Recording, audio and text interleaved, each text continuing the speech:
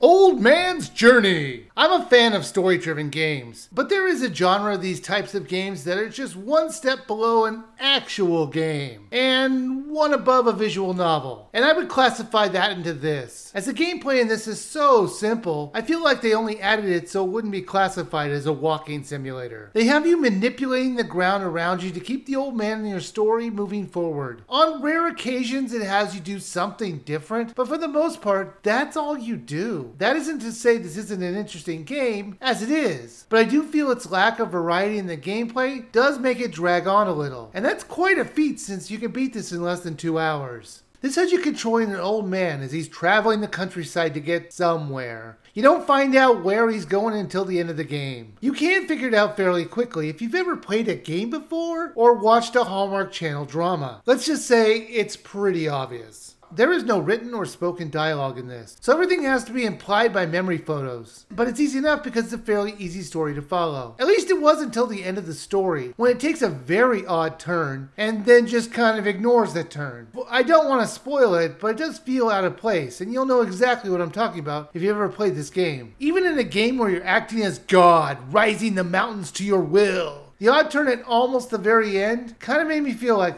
huh? What's going on? And they never really explain it. Now, at the end of every chapter, you see a photo that will give you some insight on the old man's thoughts and memories. I don't know if we're supposed to feel sorry for the old man in the end, but I certainly didn't. In fact, the ending wasn't as emotional as the game expected me to take it. To be fair, I've really only gotten emotional with one of these types of games before, and that was To the Moon, which is actually coming out to the Switch eventually. And I only got emotional a little bit because I didn't expect the ending, so I got a little teary-eyed. But when this one ended, I said, that's nice, but it was kind of undeserved. Now, I can mention some of the mountains can move to your will, so it'll give your old man a platform to walk on. They're like little puzzles to solve, but they're never hard to figure out. I was hoping for some really hard gameplay towards the end, which would use all the mechanics I've seen, but it never really happened. It was all just very easy, and even a young child as young as 10 might be able to figure out all the puzzles. In addition to the mountains, you have to move levers and go down waterfalls, and move animals to keep this old man going on his journey. While the change in the gameplay was nice, it was just as simple as the other mechanics. Now, the game is broken down into multiple chapters, so you can come back if you don't want to play this in one night. But honestly, you probably will since the game takes less than 2 hours to play. But I'm actually glad they had the system in place, since the game froze on me once, and I only had to backtrack a little because of it. Old Man's Journey is a nice looking game, and it was enjoyable in the very brief time I played it since it's not very long. I do wish it had more challenging gameplay. The story was interesting, if not predictable. I picked this up on sale for $4.99, and that feels fair enough. For the visuals, and everything feels like a AAA title. I am a little hesitant because it's a very short game, and has no real replayability. I would say not to get this at the normal price of $9.99, but if you find this on sale, yeah, it's worth it.